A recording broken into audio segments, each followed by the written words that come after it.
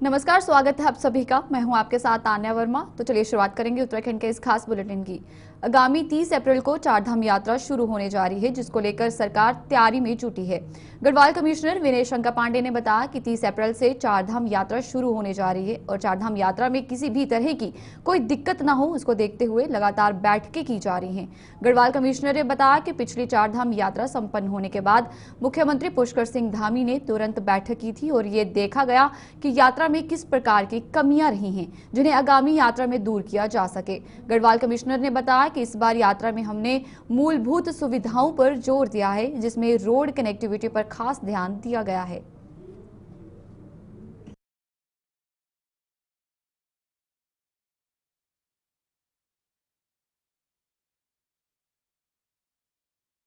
देखिए, इस बार चारधाम यात्रा को हम लोगों ने पिछली चारधाम यात्रा में जो कमियां हुई थी उन कमियों पर काफ़ी विचार विमर्श किया और पिछली यात्रा समाप्त होते ही माननीय मुख्यमंत्री जी की अध्यक्षता में तुरंत बैठक हुई थी। माननीय मुख्यमंत्री जी का ये निर्देश था कि जो पिछले वर्ष की यात्रा संपन्न हुई है उसमें क्या क्या कमियां रही हैं, कहाँ कहाँ पर हमें दिक्कतों का सामना करना पड़ा, उन सब की एक होलिस्टिक अप्रोच लेते हुए एक उसका समाधान निकलना चाहिए। माननीय मुख्यमंत्री जी के स्तर से 3 बैठकें हुई, चीफ सेक्रेटरी लेवल पर हुई। मैंने स्वयं भी सभी संबंधित जनपद के जिलाधिकारियों के साथ, वरिष्ठ पुलिस अधीक्षक और जितनी कार्यदायी संस्थाएं हैं उनके साथ बैठकें की। हम लोगों की 30 अप्रैल से प्रारंभ हो रही है। 2 कपाट 30 को खुलेंगे गंगोत्री यमुनोत्री जी के, और 2 मई को बाबा केदार के, और 4 को बद्रीनाथ जी के कपाट खुलेंगे। मुख्य रूप से देखिए, किसी भी यात्रा में 3-4 चीजें बड़ी ही मूलभूत होती हैं। एक होता है कि कनेक्टिविटी कैसी है। तो लगभग सभी चारों धामों को जाने वाले हमारे जो मार्ग हैं, चाहे वो NHAI के हों, PWD के हों, BRO के हों, वो लगभग सब ठीक कर दिए गए हैं। और कुछ काम जो बचे हैं हम लोग उम्मीद कर रहे हैं कि 29 अप्रैल तक ये सारे काम पूरे कर लिए जाएंगे। धामों में विद्युत व्यवस्था, लोगों के लिए पेयजल, टॉयलेट्स 24/7 के बेसिस पर उपलब्ध रहे, इसके भी पर्याप्त इंतजाम कर लिए गए हैं। और सबसे बड़ा जो चैलेंज होता है वो ट्रैफिक के इशू को लेकर होता है। इस बार हम लोगों ने कई नए पार्किंग स्पेस भी डेवलप किए हैं, और सबसे इंपॉर्टेंट उससे भी अधिक बढ़कर है होल्डिंग एरियाज। क्योंकि देखिए, आपको पता है कि उत्तराखंड एक हिली स्टेट है। यहाँ पर बारिश का और लैंडस्लाइड की घटनाएं कभी कभार हो जाती हैं, तो यात्रियों को ऐसे स्थानों पर रोका जाए अगर इन केस कोई ऐसी इमरजेंसी आती है जहां पर उनके रहने की सुविधा हो, खाने पीने की सुविधा हो, टॉयलेट्स की सुविधा हो। इस तरह के सारी होल्डिंग एरियाज भी हमने आइडेंटिफाई कर ली हैं, और ये मुख्य रूप से हरिद्वार, ऋषिकेश, श्रीनगर, रुद्रप्रयाग और यमुनोत्री मार्ग पर, और गंगोत्री पे जाएं आप तो बड़कोट, विकास नगर और साथ ही साथ उत्तरकाशी, इन सब जगहों पर हमारी होल्डिंग एरियाज भी आइडेंटिफाइड हैं। वहाँ रहने की सारी व्यवस्थाओं को एक बार देख लिया गया है, सभी व्यवस्थाएं चाक चौबंद हैं। इस बार के यात्रा में हमने अपने ऑन द स्पॉट के लिए भी माननीय मुख्यमंत्री जी का निर्देश था कि चारधाम यात्रा के लिए देश के कोने कोने से, विदेशों से लोग आते हैं, तो सभी को दर्शन का लाभ मिले और सभी यहाँ पर चारों धामों का दर्शन करें। इसलिए हमने ऑनलाइन और ऑफलाइन का जो प्रतिशत था उसको 60-40 किया था, और बाद में फिर लोगों की डिमांड पर हमने ऑनलाइन करीब 75% कर दिया और 25% हमने कर दिया ऑफलाइन का, जो मौके की परिस्थिति के हिसाब से हम बढ़ाएंगे भी। पिछली बार जहां हमारे केवल 12 काउंटर थे ऋषिकेश में, इस बार 30 काउंटर बनाए गए हैं। हरिद्वार में भी करीब 20 काउंटर बनाए गए हैं। विकास नगर में हमने 15 काउंटर बनाए हैं। उद्देश्य केवल यही है कि लोगों को रजिस्ट्रेशन, ऑफलाइन रजिस्ट्रेशन में किसी तरह की दिक्कत ना हो। ऑनलाइन रजिस्ट्रेशन पिछले 1.5-2 महीने से चल रहा है, और ऑफलाइन रजिस्ट्रेशन 28 तारीख से हम प्रारंभ करेंगे। एक नया प्रयोग भी किया गया है कि 25 मोबाइल टीमें बनाई गई हैं। अगर कोई टूर ऑपरेटर आके बताता है कि साहब उनके उस पूरे ग्रुप में 25 से 30 लोग से ज़्यादा लोग हैं, बुजुर्ग महिलाएं हैं, ओल्ड एज पीपल हैं, बच्चे हैं, तो उन जहां पर रुके होंगे वहां पर भी हमारी एक दिन पहले सूचना देंगे लोग, टूर ऑपरेटर्स, तो उनके धर्मशाला, होटलों में जाकर भी हम ऑन द स्पॉट रजिस्ट्रेशन करेंगे। ठीक इसी तरह से जहां तक पुलिस व्यवस्था की बात है, हम पूरी तरह से इसके लिए मुस्तैद हैं। और पिछले दिनों जो एक बहुत ही दुखद घटना पहलगाम में हुई है, जिसका हम सभी को बहुत ही दुख है और बहुत ही कष्ट भी है, और इस फ्रंट पर भी हम कहीं कमजोर ना पड़े, तो पर्याप्त पुलिस बल लगाया गया है। और जहां तक मुझे भी जानकारी है कि हमने 10 कंपनी सेंट्रल पैरामिलिट्री फोर्स की भी मांगी है, और मुझे उम्मीद है कि वो भी इस समय पर आना शुरू हो गई है, तो वो भी सब जगह लगाई जाएगी और यात्रा लोगों की सुरक्षित हो, सुगम हो और उत्तराखंड से एक अनुभव लेकर जाएं, यही हम सब का उद्देश्य है, माननीय मुख्यमंत्री जी का उद्देश्य है। और मैं उम्मीद करता हूं कि देवभूमि सभी तीर्थ यात्रियों के स्वागत के लिए तैयार है।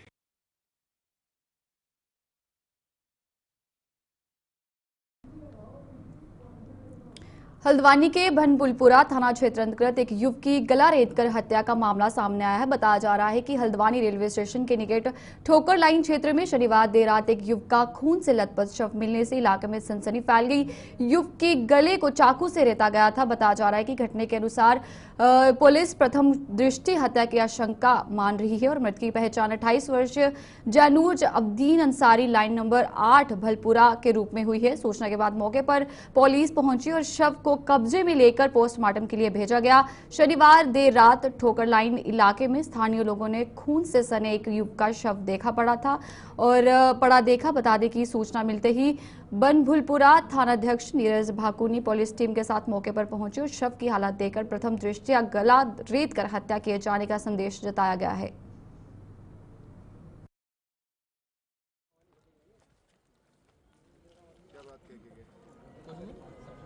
रेलवे पटरी के पास एक युवक का शव मिला है जिसका गला रेता गया है और इसमें फील्ड यूनिट को भी बुलाया गया है। इसकी शिनाख्त हो गई है, इसके परिजन आ गए हैं। जनाबुद्दीन अंसारी नाम है इस युवक का और ये लाइन नंबर 17 का निवासी बनभुलपुरा का। चारधाम यात्रा 2025 और हरिद्वार में वर्ष 2027 में होने जा रही है और कुंभ मेले का तैयारियों को लेकर सचिव चिकित्सा स्वास्थ्य एवं सिंचाई डॉक्टर आर राजेश कुमार ने संबंधित अधिकारियों के साथ व्यापक स्थलीय निरीक्षण किया। निरीक्षण के दौरान प्रस्तावित घाटों, सड़कों, पुलों निर्माण कार्य और बुनियादी ढांचे की तैयारियों का जायजा लिया गया। डॉक्टर कुमार ने कहा कि मुख्यमंत्री पुष्कर सिंह धामी के स्पष्ट निर्देश हैं कि श्रद्धालुओं की सुविधा और सुरक्षा को सर्वोच्च प्राथमिकता दी जाए और सभी कार्य निर्धारित समय सीमा और उच्च गुणवत्ता के साथ पूर्ण किया जाए। उन्होंने चेतावनी दी है कि किसी भी स्तर पर लापरवाही पाए जाने पर संबंधित अधिकारी के विरुद्ध सख्त से सख्त कार्रवाई की जाएगी। निरीक्षण के दौरान जिलाधिकारी, मेलाधिकारी, उप जिलाधिकारी, मुख्य अभियंता सिंचाई और सिंचाई अभियंता भी मौजूद रहे। मौके पर मौजूद अभियंताओं ने जानकारी दी कि कुछ योजनाओं के क्रियान्वयन में 1 वर्ष से अधिक समय लग सकता है और तथा कई कार्य केवल नहरबंदी के दौरान ही संभव हो सकते हैं। देखिए, कुंभ मेला 2027 के परिप्रेक्ष्य में सिंचाई विभाग के जो कार्य हैं उनका निरीक्षण करने में आज जनपद हरिद्वार पहुंचा हूं और हमारे साथ आज जिलाधिकारी हरिद्वार भी थे साथ में और डिस्ट्रिक्ट के बाकी दूसरे ऑफिसर्स भी थे, सिंचाई विभाग के ऑफिसर्स भी थे। और इसमें सबसे पहले तो प्रेजेंटेशन देखा गया सिंचाई विभाग का और प्रेजेंटेशन के बाद फिर जो साइट विज़िट है वो किया। मुख्य तौर पे अगर मैं बताऊं तो 2 किस्म के काम हैं। एक तो घाटों का काम है और दूसरा जो है सड़कों का मरम्मत का कार्य है और एक तीसरा कार्य भी है, वो है पुल जो है बनाने का। तो सबसे पहले जो घाटों का काम है, लगभग 104 ऐसे घाट चिन्हित किए गए हैं जिसमें मरम्मत होने की आवश्यकता है। उनमें से कई घाटों का भी निरीक्षण भी किया गया, जैसे चमगादड़ टापू घाट।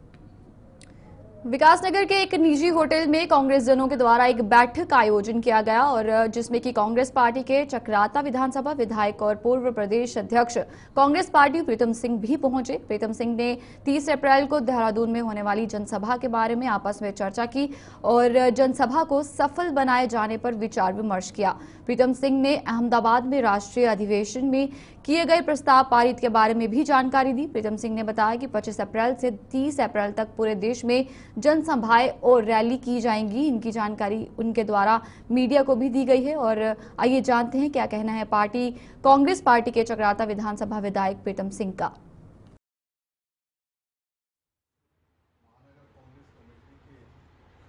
आज जो बैठक कार्यकर्ताओं के साथ हुई है, अहमदाबाद के अंदर कांग्रेस का अधिवेशन था।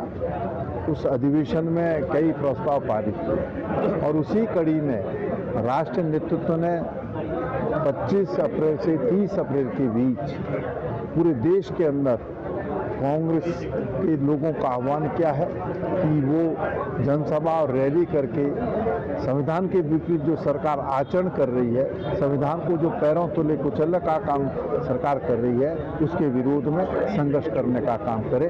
उसी कड़ी में मैं यहाँ पर आया था और अपने साथियों से इस संबंध में विचार विमर्श हुआ और हमारे तमाम साथी जो है 30 अप्रैल को जो देहरादून के अंदर जनसभा होने जा रही है। जनसंघर्ष मोर्चा अध्यक्ष एवं GMVN के पूर्व उपाध्यक्ष रघुनाथ सिंह नेगी ने कहा है कि वर्तमान में प्रभारी सचिव श्री धीरज सिंह गब्रियाल के जिलाधिकारी नैनीताल रहते हुए जिस प्रकार दोनों हाथों से जनपद को लूटने का काम पद का दुरुपयोग कर किया गया है एवं कई अनियमितताएं भी की हैं और उससे प्रतीत होता है कि सरकार ने उनको लूटना का काम किया है, यानी कि लूट का जो खुला लाइसेंस दे रखा था। और नेगी ने कहा है कि वर्ष 2021 से 2023 तक इन्होंने अपने स्तर से लूटने में कोई कसर नहीं छोड़ी, जिसमें प्रमुख रूप से DMF फंड का इस्तेमाल निजी भूमि में करोड़ों की लागत से सड़क बनवाने, शस्त्र लाइसेंस आवंटन में नियमों की धज्जियां उड़ाने, ठेका आवंटन में पक्षपात और राजस्व रिकॉर्ड में छेड़छाड़ एवं भूमि विक्रय में अनियमितताएं आदि कई मामले सामने आए हैं, जिसमें कि CBI, ED व अन्य उच्च स्तरीय जांच की मांग की गई है।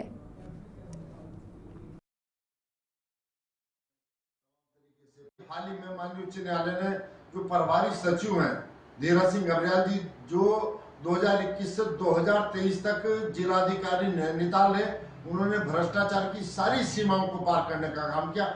उनके द्वारा जो DMF जो डिस्ट्रिक्ट माइनिंग फंड होता है उसका दुरुपयोग करके अपने निजी लाभ के लिए क्या शस्त्र लाइसेंस में उन्होंने घोर अनियमितता बरती, नियमों को ताक पे रख करके शस्त्र लाइसेंस जारी, तमाम ठेके भाई भतीजावाद के तहत दिए और उन्हें राजस्व रिकॉर्ड में छेड़छाड़ करने जैसे काम किए हैं।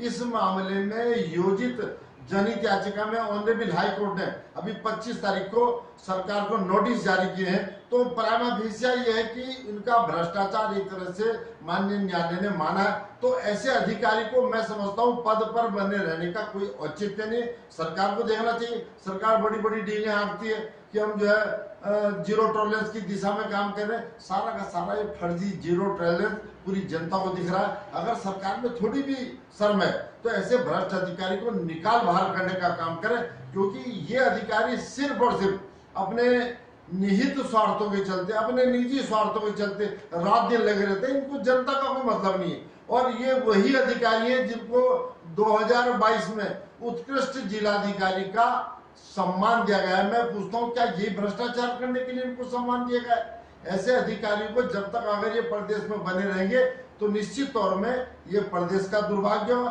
और आप देखते हुए prima fascia honourable high court ने नोटिस जारी किया है, 6 सप्ताह का समय दिया है सरकार को। तो ऐसे में मैं समझता हूँ जनसंघर्ष मोर्चा की सरकार से मांग है कि ऐसे अधिकारी को निकाल बाहर करने का काम करें। इन्होंने इस प्रदेश की जड़ों को कोतवाली गंगनहर रुड़की में वादी द्वारा लिखित सूचना दी गई कि 24 अप्रैल 2025 को जब वादी अपनी पत्नी के साथ मजदूरी करने के लिए घर से बाहर थे तो ग्राम सालियर सालापुरा निवासी अभियुक्तों द्वारा उसकी नाबालिग लड़की को उसके आधार कार्ड में उम्र बढ़वाकर उसे कंपनी में नौकरी लगाने के बहाने अपने घर पर बुलाकर दोनों अभियुक्तों वादी की लड़की को चाकू दिखाकर उसे रुड़की होटल में ले जाकर दो अभियुक्तों द्वारा नाबालिग पीड़िता के साथ दुष्कर्म किया गया और तथा किसी को बताने पर पीड़िता के भाई व पीड़िता को जान से मारने की धमकी दी गई। मुखबिर की सूचना पर अभियुक्तों को ग्राम सालियार सालपुर निकट कब्रिस्तान स्वामी विवेकानंद कॉलेज जाने वाले रास्ते से गिरफ्तार किया गया। अभियुक्तगण के विरुद्ध नियमानुसार कार्रवाई जारी है और अभियुक्तगण को समय में माननीय न्यायालय पेश किया जाएगा।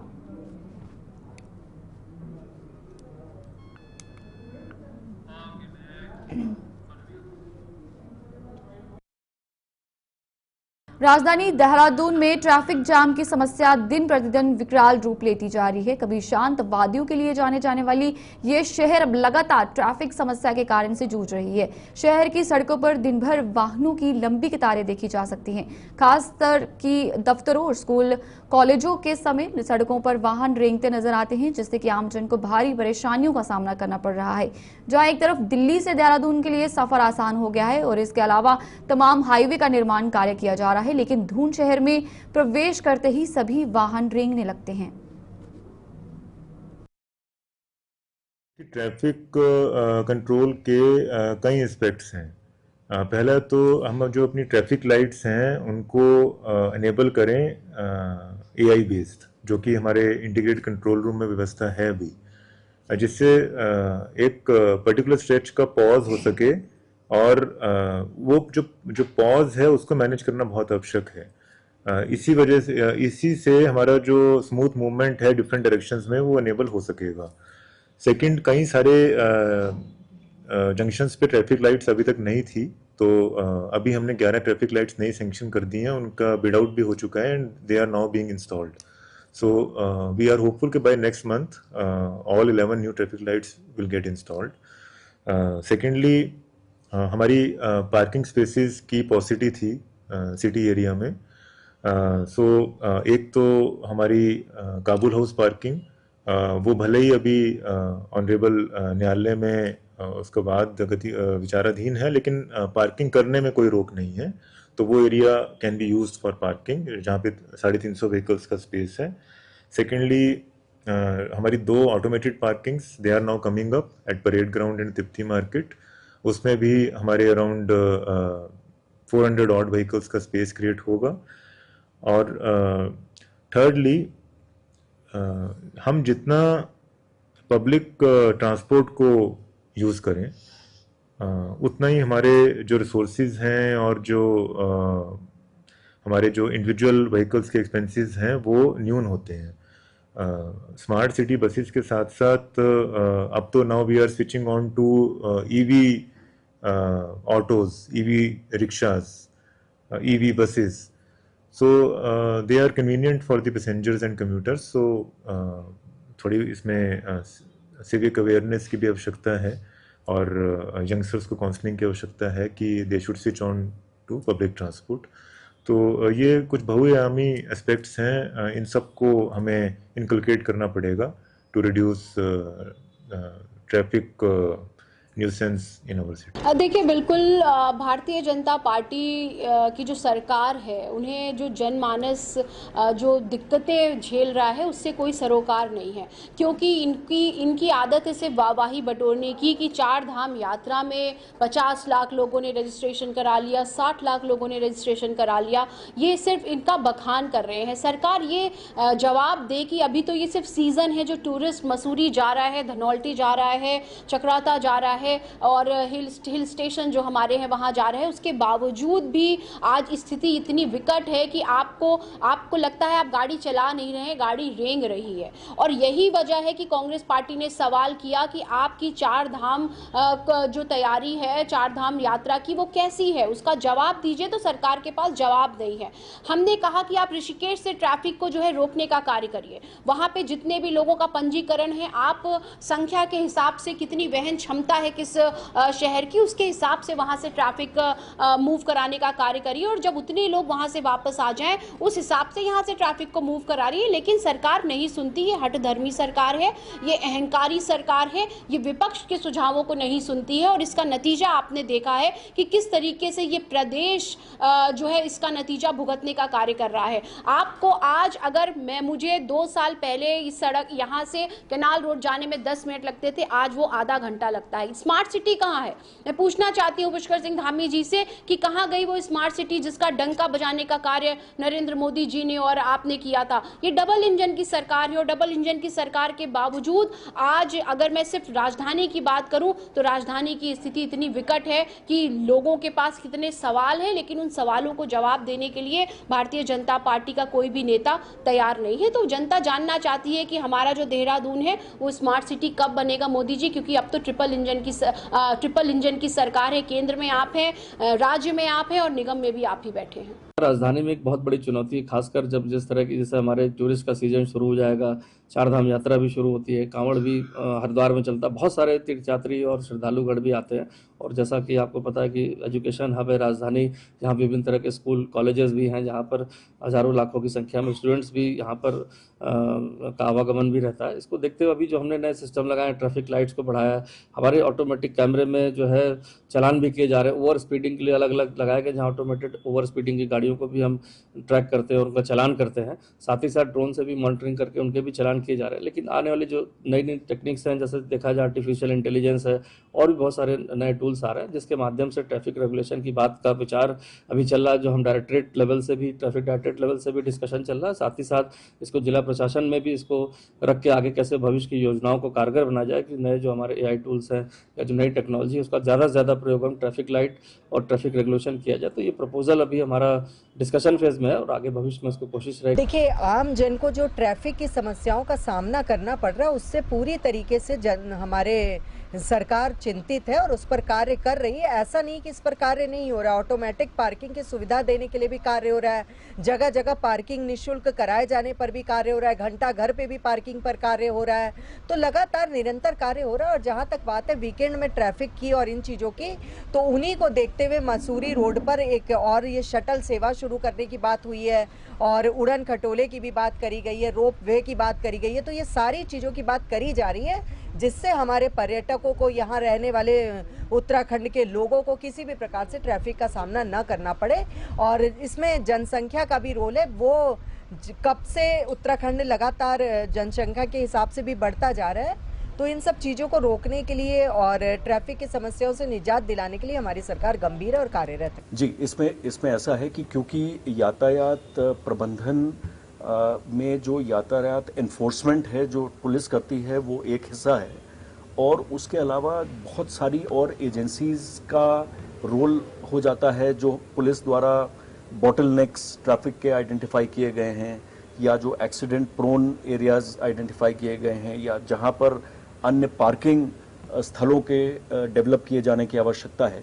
तो ये जो अध्ययन हुआ, जो आज जिस पर प्रस्तुतिकरण भी हुआ और विचार विमर्श हुआ, कि जो ट्रैफिक फ्लो है, लगभग अगर हम देहरादून की ही बात करें तो यहाँ के एक सर्वे के अनुसार यहाँ का जो क्षमता है, यहाँ के सड़कों की वाहनों की जो संख्या है वो करीब 40 से 42 हज़ार है, जबकि औसत इसके 4 गुना 1,60,000 62,000 वाहन जो है पीक डेज पे या जो बिजी डेज हैं उन पे हो जाते हैं। तो एकाएक 4 गुना इंक्रीज को अब्जॉर्ब करना, उसको यातायात को चलाए रखना, इसके लिए कई स्तर पे प्लानिंग की गई है। जो यातायात डाइवर्जन प्लान्स हैं उसमें भी अब पहले एक प्लान था, प्लान बी और प्लान सी भी इसमें बनाया गया है। और जहाँ पर जो हमारे बॉटलनेक्स आ रहे हैं, कहाँ से हम इसको डाइवर्ट कर सकते हैं, उस योजना को अब हम आगे आने वाले दिनों में, जो यही चीज़ हल्द्वानी से कैंची धाम और नैनीताल के रूट के लिए भी आज इस पर विचार विमर्श हुआ, जो रणनीति बनाई गई है, और उसको पायलट की तरह आने वाले वीकेंड्स पे उसको और रिफाइन किया जाएगा, और उसमें लगातार जो हमें इनपुट्स मिलते रहेंगे उसके साथ हम लोग उसको और बेहतर बनाते रहेंगे। चलिए, उत्तराखंड के इस खास बुलेटिन में फिलहाल इतना ही। मुझे दीजिए इजाजत। नमस्कार।